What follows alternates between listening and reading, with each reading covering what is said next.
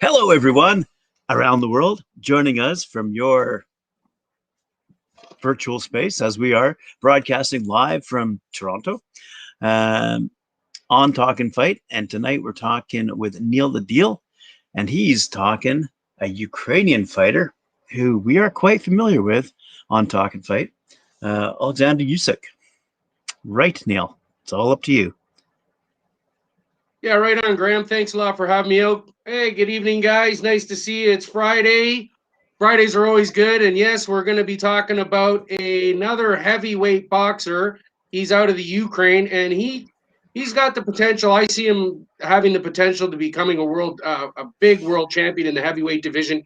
He was a former world champion in the cruiserweight division, but we'll talk all about him here, and hopefully you guys will enjoy it.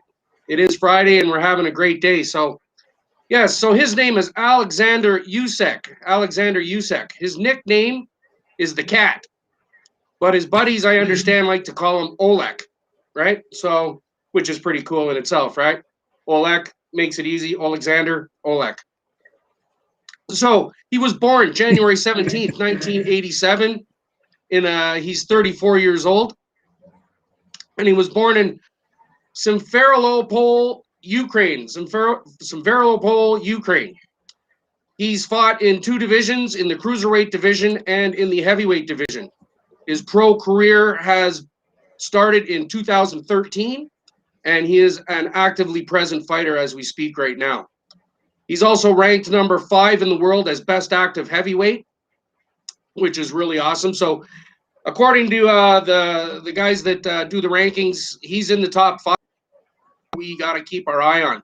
I mean, we got your Tyson Furies and you got your Anthony Joshua's, but this guy could potentially get right in there. He's right on the cusp of a big one. So that's why we're talking about him tonight. He could have a big fight coming up later this year. So he was the former undisputed cruiserweight champion of the world, undisputed. He's the first cruiserweight in history to hold all 4 major title belts. So that in itself is super impressive. And he was also the first Ukrainian undisputed world champion. So that's pretty cool, eh, Graham? Like being the first one in your country to do something. He's really, really well known in the Ukraine, and everybody there. He's probably on top of the world in the Ukraine, that's for sure. Funny enough, he's only the 4th boxer, all right, in the history of boxing to hold all 4 major titles at the same time. The other 3 being Terrence Crawford, Jermaine Taylor, and Bernard Hopkins. So he's got them all. He's got the WBA when he was the cruiserweight title holder. He had the WBA, the WBC, the IBF, and the WBO. So that is super impressive right there. He's definitely a step up from everybody, and he's moving up fight by fight. He's really, really doing well. So guys, keep your eyes out for Oleksandr Usyk. He vacated those titles back in 2019, his cruiserweight titles, and he moved up to the heavyweight division. So now he's fighting in the heavyweight division. And I've seen him he's only fought a couple of fights in the heavyweight division. We'll talk about that in a bit. But he's doing really well. And he's not stopping by any means. His amateur career was amazing. Really. Amazing amateur career. He had a total of 350 fights as an amateur. I keep talking about these guys. I can't imagine having 350 fights, that's just great. And that's as an amateur. So he was 335 wins with 15 losses. So 335 wins, eh, Graham? That's unbelievable, really. I mean, crazy. He had a really decorated amateur career representing the Ukraine. So we'll just go over some of the awards that he won and medals that he won. He began boxing actually in 2002. So in 2006 he won a bronze medal at the European Championships, but he was fighting in the middleweight division, which is kind of interesting.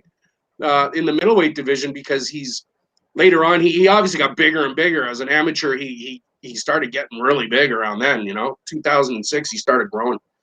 So then in 2008 he won a gold medal at the European Championships as a light heavyweight. 2008 again he won a gold medal at the Steranza Cup as a light heavyweight.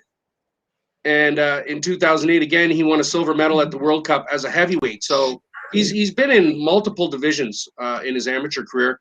2009, he won a bronze medal at the World Championships in the heavyweight division. And also in 2009, representing Crimea, he won the gold medal at the Ukrainian national championships as a heavyweight. So that's, again, he's just moving up the ladder. He's winning everything here. 2011, he won the gold medal at the World Championships in the heavyweight division. And then he crowned it off in 2012. He won the gold medal in the 2012 London Olympic Games. He won the gold medal in the heavyweight division. So he's an Olympic champion, gold medal winner. Unbelievable. Congratulations, Oleksandr. That's fantastic. Amazing. I like anybody who wins a gold medal has got to be like, you need a statue or something. You know what I mean? Give him a statue in the Ukraine for sure. Absolutely. So that if you look at that amateur career, it's unbelievable. Totally. Then he decided to turn pro in 2013 at the age of 26 years old. And his pro totals go like this. He's had 18 bouts, pro bouts, of which he has 18 wins, Graham. So here we go again with an undefeated pro boxer. He's got 13 KOs out of the 18 wins, and that gives him a knockout percentage of 78%. So, I mean, he's undefeated. Here we go. Another undefeated heavyweight. And there's so many guys. We even were talking about that earlier on this week and last week about how the heavyweight division is just rammed with fantastic fighters from all over the world. And the upcoming fights between all these guys are going to be absolutely amazing. So, you know, for years and years and years, the heavyweight division was a little bit, there wasn't a lot of things happening because the Klitschko brothers had it basically locked up there for quite a while and da-da-da-da-da. But now there seems to be all these guys from all these different countries coming out and representing the heavyweight division, and they're all really, really, really good. So we're going to be looking forward to some great heavyweight fights coming up in the next year or two. No doubt about it. So in 2014 as a pro, he won his first title. It was the interim WBO Intercontinental Cruiserweight title. That was his first title that he won. And he made 4 successful defenses of that title, setting himself up for a title shot in 2016. So in September 2016, he would challenge for the WBO Cruiserweight title against a guy named Krzysztof Głowacki, who was an undefeated Polish fighter, Graham. And he won the title right then and there with a 12-round unanimous decision. It was a great fight. You guys want to check out a really good fight. Usyk, Głowacki was a great fight. I really enjoyed it. Early in 2017, he announced he was changing trainers, which is interesting. So I found out that he is now trained by Vasily Lomachenko's father, Anatoly Lomachenko, which is really cool. So Anatoly Lomachenko is now training him. And in 2018, he was named Fighter of the Year. So there you go, right? He changed his trainer and was named Fighter of the Year. So that's an amazing thing in itself. And in July 2017, it was announced he would be involved in this 8-man bracket-style tournament. Have you ever heard of anything like this, Graham? They called it the World Boxing Super Series. Do you remember that, or do you ever heard about that? I don't. It's come up in conversations a lot recently. Not that particular one, but a similar style of tournament. So we might be seeing more of these, if you ask me. Yeah, it's kind of cool. It was kind of cool that how they did this. So they brought in the 8 best cruiserweights in the world, and they had a 8-man tournament basically, and best man wins, so to speak, right? And all the belts, they were all champions, so all the belts were on the line. In the first fight, September 9th, 2017, he beat a guy named Marco Huck. Then he advanced to the next round, the semis, where he fought a guy named Marius Briedis, and he won by unanimous decision over him. And then he had the finals were against another great fighter named Murat Gassiev. And that was for they actually, when the winner, he did win it. He won it all. That was when he won all the titles right across the belt. He got them all the 4 cruiserweight titles, major titles. And he was awarded what was called the Muhammad Ali Trophy, which was really cool, and it was awarded to him by Muhammad Ali's wife, apparently. So that would be one of the things. It would be a massive big tournament in Europe, no doubt. So the fight he dominated the fight, and he became the undisputed cruiserweight champion of the world. Then in 2019, he announced that he was going to vacate the titles and move into the heavyweight division, which is the division that he's in now. So he now fights in the heavyweight division, vacating those titles. He's had a couple of bouts at heavyweight, winning both of them. Recently, he fought against a guy named Derek Chisora. We've talked about Derek Chisora in other episodes, and he beat. That was in October 2020, so that was really recent, and he was winning by unanimous decision over Derek Chisora. Chisora, I saw that fight, and he kind of wore him down. He's got a really, really cool style. He's a really tough fighter. He's got all kinds of amateur fights under his belt. He's got power in both hands. He's got a wicked jab.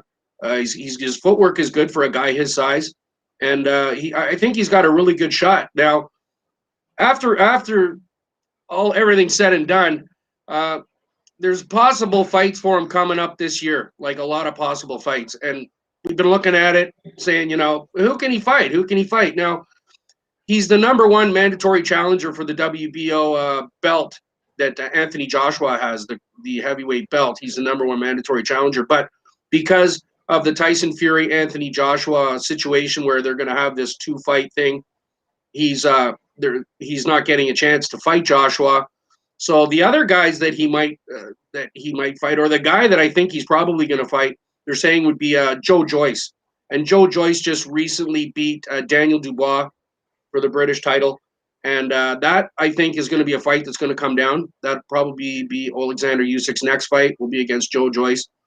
And I'm really hoping that we get to see him, because he's a fantastic fighter.